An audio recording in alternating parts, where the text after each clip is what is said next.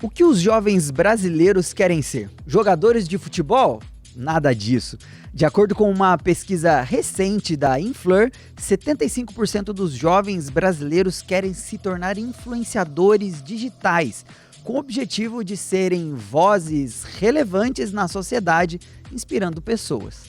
E na contracultura dos influencers nascem os desinfluencers, uma comunidade de pessoas insatisfeita com tanto consumismo e materialismo, disposta a desmascarar as vidas perfeitas que tanto se vendem nas redes sociais. Eu sou Samu Strazer. Eu sou a Miviki. E no Pode Ser de hoje a gente vai falar sobre desinfluência, pode ser? Pode ser.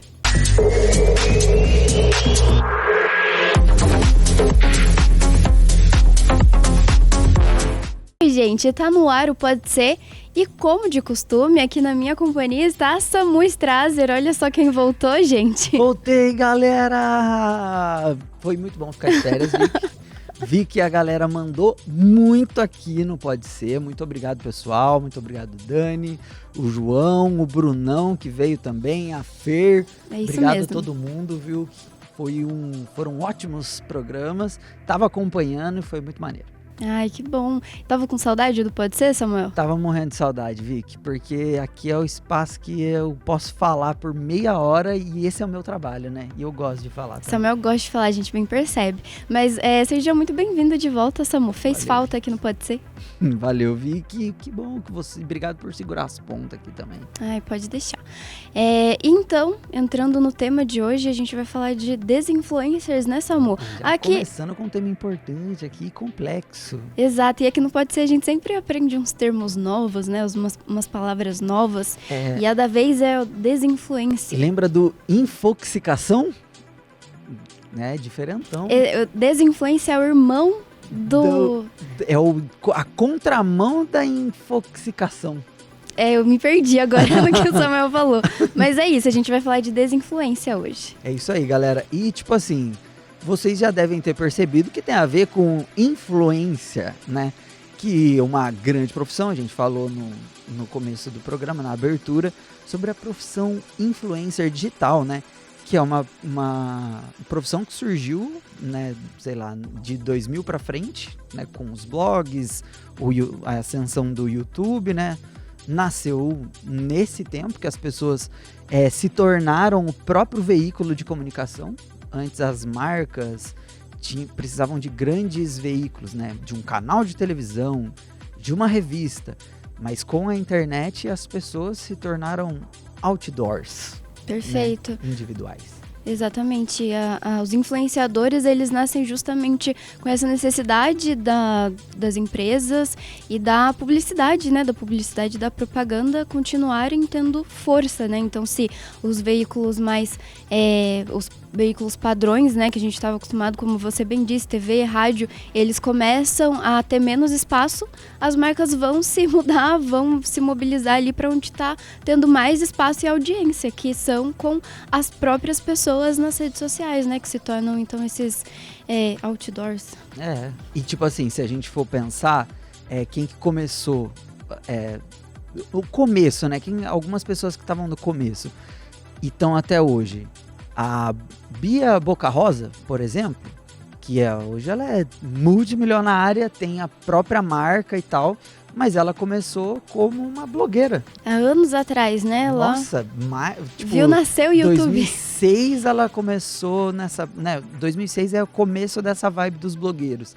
Então, no início do YouTube, ela já tinha o canal dela que ela fazia review de maquiagem. Então ela falava, essa aqui é boa, essa aqui não fixa tão bem, olha só a dica para fazer e tal. E as pessoas começaram a consumir muito, porque era uma propaganda real, uma pessoa usando aquilo de verdade. Exato, uma propaganda que ganha muito mais força do que, por exemplo, né, um comercial ali de alguns segundos. Imagina alguém parar para assistir um vídeo de 10 minutos, às vezes mais do que isso, uma pessoa experimentando, falando dos prós, dos contras. As marcas, obviamente, perceberam que era um grande espaço ali para elas, né, patrocinarem esse conteúdo e começarem a vender mais. E quem lembra aí dos grandes vídeos de recebidos do mês? Porque as marcas viram que isso era tão forte que começaram a mandar as coisas de graça na esperança de aparecer no canal da pessoa, isso principalmente no YouTube, né? Uhum. E pensando o lado contrário também, das pessoas que muitas vezes ali não tinham nada, começar a receber presentes, né? Começar a receber coisa de graça para só poder experimentar ali e falar o que achou, parecia um negócio muito bom, né? Pelo menos os YouTubers que eu acompanhava, muitos deles passavam essa vibe de que ou ainda trabalhavam ou mantinham ali alguma profissão, fazia freelance, né, e tal, porque dinheiro mesmo eles precisavam ganhar de outra fonte, né, mas eles ganhavam muita coisa só de recebidos, que as marcas não davam dinheiro para esses influencers na época, né, no começo disso, mas davam os produtos.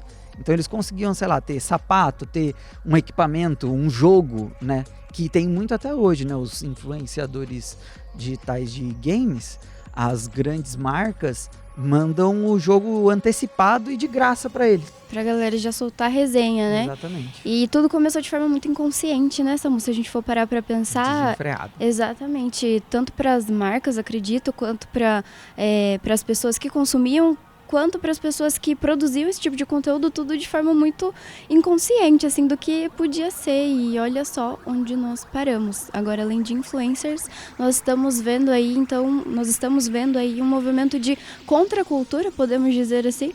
Palavra bonita essa. Uma palavra bonita, né? Acho que é a primeira vez que nós usamos essa palavra aqui, não pode ser. Um movimento de contracultura, que é bem o que a palavra diz, né? E contra o movimento, contra uma cultura vigente. A gente está acostumado com os influencers, então surge, né, um movimento de pessoas insatisfeitas com essa quantidade imensa de influencer. Então, muitas pessoas querendo ser influencer e também influenciando. E se a gente for ver, então, o conteúdo padrão, assim, que esses influencers produzem, está muito ligado ao materialismo, ao consumismo, e daí a crítica vem justamente em cima disso, né? Então, assim, quais os limites? Todo segundo, todo milésimo de segundo vai ter inúmeros conteúdos novos e diferentes oferecendo produtos, e assim, sempre vai ter uma roupa nova, sempre vai ter um produto de beleza novo, sempre vai ter um jogo novo. É uma questão, um ritmo assim que não tem fim, né? E assim, como esse mercado ele é muito efetivo, né? O marketing de influência ele é muito efetivo.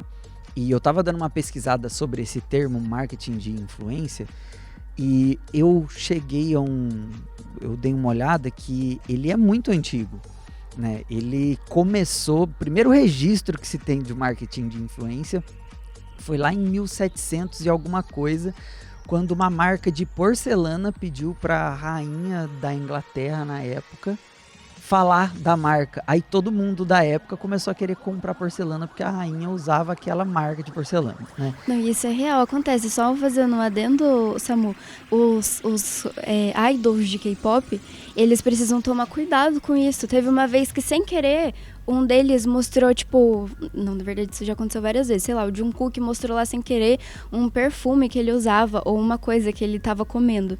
A embalagem. Tipo, tava fazendo uma live, sei lá, no YouTube, no Instagram, enfim. E, sem querer, ele mostrou a embalagem e daí, segundos depois, minutos depois, o produto acabou, assim. Acabou, então, porque todo mundo queria a mesma coisa. E qual que é o lance? As marcas viram que esse marketing de influência através dos produtores de conteúdo da internet eram muito eficazes, né? E, tudo isso aconteceu em questão de, 10 anos. Nasceram os blogueiros, os youtubers, e aí foram para os instagramers, e a gente já está falando de um movimento que vai contra isso. Então, em 10 anos, tudo isso aconteceu, né? As marcas viram que isso era muito forte, e aí, ao invés de só mandar o produto, começaram a pagar para as pessoas falarem bem do produto dela, mostrar o produto dela.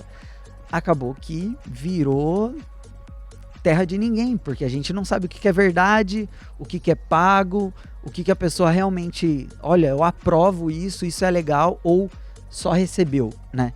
E aí precisaram surgir regulamentações e tudo mais, e nasceu esse movimento recente, que está muito forte no TikTok, inclusive, né? Que vai na contracultura, né? A contracultura, que é a desinfluência. Perfeito, e eu tenho até uns dados aqui. E, gente, eu tô tão na contracultura hoje que eu tô usando dálias, tal qual o Faustão. Eu não vou mostrar pra vocês porque a minha letra aqui, ela também tá feia. É que o meu celular, ele ficou descansando em casa hoje. Ele tá na assistência técnica. Então eu vou usar uma dália. E eu peguei uns dados aqui bem interessantes que falam um pouco sobre isso. Só pra gente ter uma ideia, gente, de acordo com o IBGE, a gente tem mais ou menos, né, nós somos 215 milhões de brasileiros, mais ou menos. E existem 242 milhões de celulares em uso no Brasil. Então, assim, tem mais celular do que pessoas, só pra gente ter uma ideia. E daí tem mais um outro dado aqui interessante, que é da Nielsen, que é uma empresa de informação, que diz assim, que o Brasil tem mais de 500 mil pessoas trabalhando como influencers. Então, assim, atuando como influencers, mais de 500 mil influencers no Brasil. E são pessoas que têm, então, mais de 10 mil seguidores. Então, a gente vai ter esses nano-influencers, né, que são esses que possuem menos, né, 10 mil seguidores, mas que já têm a capacidade de influenciar uma comunidade, né, por exemplo, influenciar a sua cidade, o seu bairro, né, por exemplo, a comprar nos comércios da região e esse tipo de coisa, quanto, né, os super famosos influencers que vão ter aí milhões e milhões de seguidores no Instagram, no TikTok e etc. Exatamente. Inclusive, a gente vai falar disso no próximo bloco, mas aqui em São José tem muito influencer aqui, inclusive agência que dá apoio e suporte para quem tem essa profissão aqui na nossa cidade, só em uma cidade. A gente vai para o intervalo e já volta com mais informações.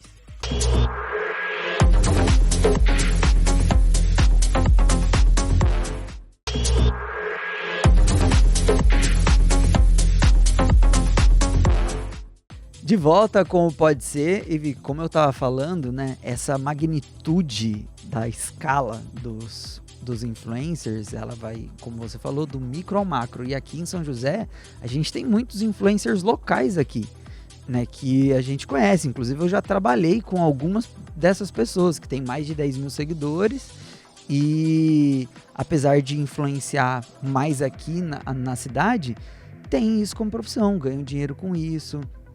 Às vezes é uma segunda fonte de renda, mas é um trabalho. E, Samu, nessa mesma linha de pensamento, além dos influencers, né, que vão surgindo, tentando trabalhar com isso, então, temos também as empresas, né, muitas empresas de marketing especializadas em trabalhar com influenciadores digitais. Só pra gente falar aqui, tem uns dados da IMH, que é a Influencer Marketing Hub, é uma empresa, e eles falaram, então, que já existem cerca de 18.900 empresas especializadas a oferecer serviços com influencers. Então, é muita coisa. E um outro dado também bem importante, no ano de 2022, cerca de 87,36 bilhões de reais movimentou, então, o mercado de influenciadores. É muita coisa. Uma pessoa que eu conheço trabalha com uma marca, foi criada do zero. E aí eu acompanhei a criação do zero dessa marca. Quando a marca surge do nada, ela não tem aquela confirmação de que ela vale a pena ou não. Então, o que eles fizeram? Foram atrás de agências de influencers para usar o produto, para ter na rede social deles várias pessoas falando do produto. E aí agora é uma marca de super sucesso, né? Então é realmente uma maneira de você dar força e dar credibilidade para a marca usando os influencers. Os influencers hoje são os garotos e garotas propagandas, né, de hoje em dia. Mas então, que raios é a desinfluência? Vamos falar agora da desinfluência em si, né? É um movimento que nasceu aí na internet pelos próprios influenciadores digitais, né, Vicky? Exato, e tem até não vou dizer competição, mas até um nicho aí. Um rolê que está acontecendo mais forte no TikTok, porque o TikTok, ele, como as empresas têm o Instagram muito forte, que cumpre então esse papel dos influenciadores que estão ali com as marcas e os produtos, as marcas não foram tanto para o TikTok. O TikTok ainda é uma coisa mais, menos empresarial, eu diria, menos vendido, talvez. O Instagram tem até ferramenta de venda, né? Você direta, consegue ver os produtos, preço e tudo mais direto no Instagram, né? O TikTok é mais um canal de televisão na internet, né? Entre aspas, que as pessoas só produzem conteúdo e colocam lá. É lógico que tem muito influenciador que produz lá, marcas que contratam os influenciadores lá, mas o movimento tá bem grande. Eu tenho alguns dados aqui, a hashtag TheInfluencing, né, em inglês, tem mais de 256 milhões de postagens e a The Influencer tem 27 milhões de postagens. Então, assim, só pra gente ver, é uma hashtag que tá nos trends do TikTok e é justamente nesse movimento, pelo mundo inteiro. Exatamente, muita coisa. E essas pessoas, então, vêm com essa questão da reflexão mesmo, né? De pensar, de não ser apenas um produto ali. Se a gente for pensar, então, na quantidade de produtos e coisas que são oferecidas e do estímulo que isso dá para o consumismo mesmo, então essas pessoas vêm com toda essa reflexão de será que esses produtos são válidos mesmo? Será que a gente precisa de tudo isso mesmo? Então é aquela questão da expectativa e realidade, né? Então trazendo mais forte essa questão da realidade e também colocando em xeque essa distopia, essa utopia de vida perfeita que muitos influenciadores pregam na internet. Nossa, pra caramba. Isso é um negócio que me incomoda. E a gente já falou sobre isso, né? A influência das redes sociais na saúde mental das pessoas. É real. Estudos, né, de universidades do mundo inteiro falam sobre essa relação das redes sociais e saúde mental, né? Saúde emocional. Por quê? Porque a gente se compara muito com a vida daquela pessoa que a gente segue.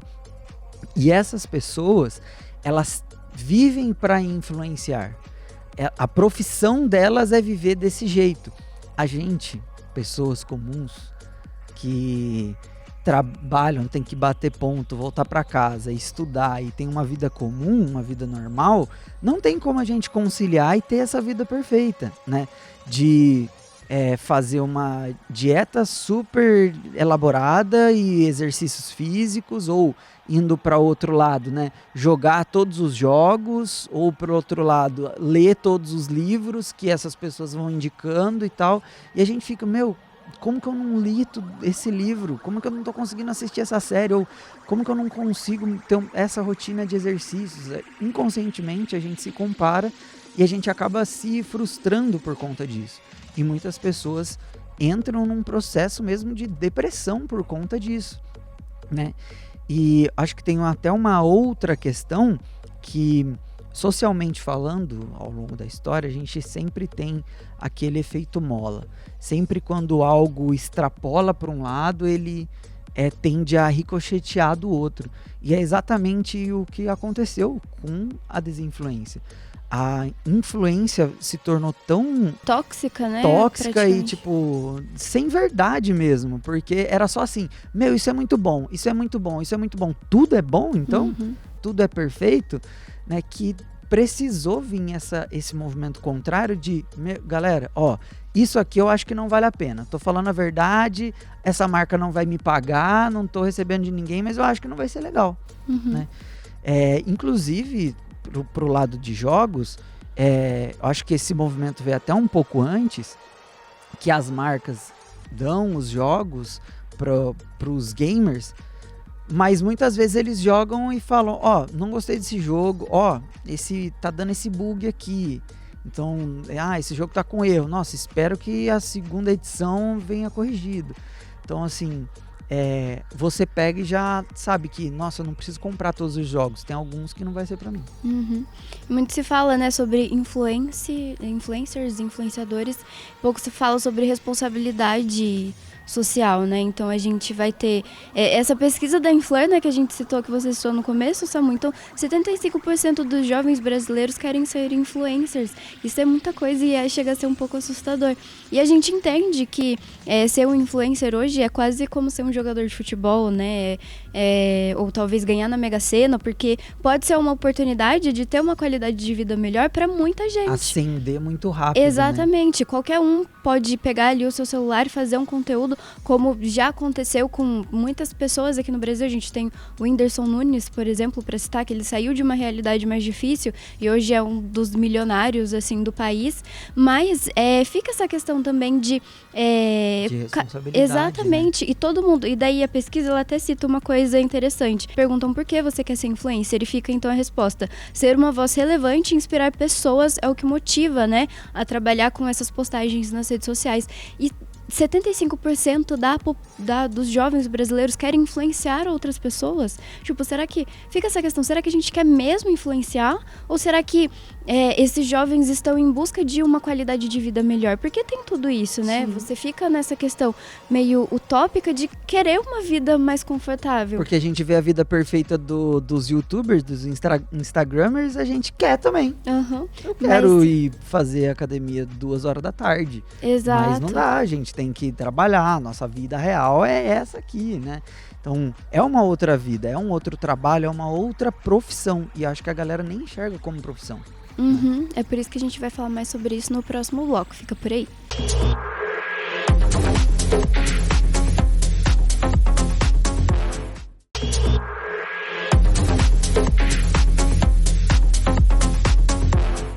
De volta para o nosso último bloco. E Vicky, a gente tem que ter noção, né? Esse movimento da desinfluência, ele é importante, e por isso que a gente tá falando dele aqui no Pode Ser, porque a influência realmente influencia pra caramba, sabe? Faz as pessoas comprarem e tentarem mudar seu estilo de vida. Produtos acabam, produtos esgotam depois disso. De influenciadores então, divulgarem. A gente precisa de responsabilidade mesmo, né? Por exemplo, só lá nos Estados Unidos, no ano de 2023... estima-se que gastaram 16 bilhões de dólares com marketing de influência. É muito dinheiro, 16 bilhões de dólares. Bilhões, galera. Bilhões. Tem uma outra pesquisa da Opinion Box que apontou que antes de comprar, os consumidores eles pesquisam, né, para saber se o produto é bom ou não. 66% dos entrevistados falaram que pesquisam no Instagram, 51% no YouTube, 36% no Facebook e 11% no TikTok. Então, olha a fonte de pesquisa da galera. Toda com os influencers. E é por isso que também tem surgido uma discussão para regulamentação disso tudo, né, Samu? A gente sabe que a gente tem algumas coisas, algumas leis e alguns códigos, né, que atualmente ajudam a controlar o conteúdo que os influencers produzem, não a controlar, mas assim, a regularizar, como por exemplo, hoje se um influencer ele tá fazendo um conteúdo pago, ele precisa deixar isso claro, seja pela fala, escrever que é uma publicidade, colocar na hashtag publi, ele precisa avisar de alguma forma que aquele conteúdo foi pago. E a gente também já tem um projeto de lei, né, Samu, para regulamentar então a profissão aqui no Brasil. E daí é uma discussão muito complexa que a gente não vai conseguir trazer para cá, então, né, como se regulamenta, na verdade, um influencer, né, uma profissão. Porque, por exemplo, horário. Existem influencers que trabalham, né, desde a hora que acorda até ir dormir. Como é que decide horário? Como é que decide valores? O que pode, o que não pode? Uso de filtro, Photoshop. São tantas coisas. O que não? Como que a pessoa vai tirar um registro profissional de influenciador digital? Não, né? É muito complexo. É uma profissão que ela é difícil de ser regulamentada, mas que ela existe, né? E esse projeto de lei, inclusive, ele está em discussão há bastante tempo. Ele é de 2022, ele foi criado, né, no cenário nacional, da política nacional. Foi lá na Câmara dos Deputados.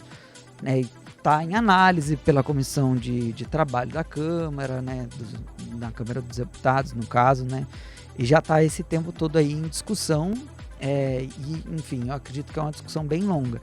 E só para complementar, Vicky, essa lei que você falou sobre a identificação de publicidade, ela está no Código de Defesa do Consumidor. Então, assim, precisa estar explícito que é uma publicidade. Eu lembro quando isso começou no YouTube, a gente estava comentando antes daqui. porque as marcas começaram a anunciar e aí o YouTube foi obrigado a colocar lá. Quando o influenciador tá falando, foi pago para falar de uma marca, ele tinha que ticar um campo lá e aparecia lá no rodapé do vídeo que contém publicidade ou propaganda paga, né, e divulgação paga e tal. Além do Código de Defesa do Consumidor, a gente tem o CONAR, que é o Código Brasileiro de Autorregulação Publicitária, né? O CONAR, ele dá as diretrizes publicitárias do Brasil inteiro. Então, tem várias regras, é bastante extenso esse código, né? Mas, por exemplo, uma das coisas que não pode acontecer é ter alguma mensagem subliminar que influencia tomar algum comportamento que vai fazer mal para a pessoa e tal. Então, tem essas regras que valem para os influenciadores também. E também já existe a Associação Brasileira de Agentes Digitais, que publicou também um código de conduta, né? Então, isso tudo porque existe essa profissão e essa profissão precisa, né? O influenciador digital precisa ter responsabilidade, precisa, além de influenciar, saber a hora de desinfluenciar também. É isso, fica a reflexão, né? Porque realmente é muito legal que as pessoas tenham essa oportunidade de trabalhar com as redes sociais, porque pode ser uma fonte de renda extra e às vezes até a principal para muitas pessoas, né? Que conseguem até mudar de vida com o seu trabalho nas redes sociais, mas fica também essa questão do excesso, né? Tudo em excesso é ruim. E querendo ou não, a gente sabe que muitas pessoas influenciam, sim, o consumo exagerado. Então, vamos acompanhar essa PL aí, como é que vai ser, né, essa regulamentação. É isso aí. E consuma conteúdo nas redes sociais, enfim, com bastante consciência, né? Não é só porque tá lá que você precisa comprar, que a vida que tá lá não precisa ser a sua. Exatamente. E a gente fica por aqui hoje, Samu? Já era, Vicky. Nossa, tava com saudade, falei pra caramba. Mas foi muito bom, Samu, ter você aqui de volta. E infelizmente o Pode Ser de hoje acabou, mas fica com a gente porque na semana que vem tem mais.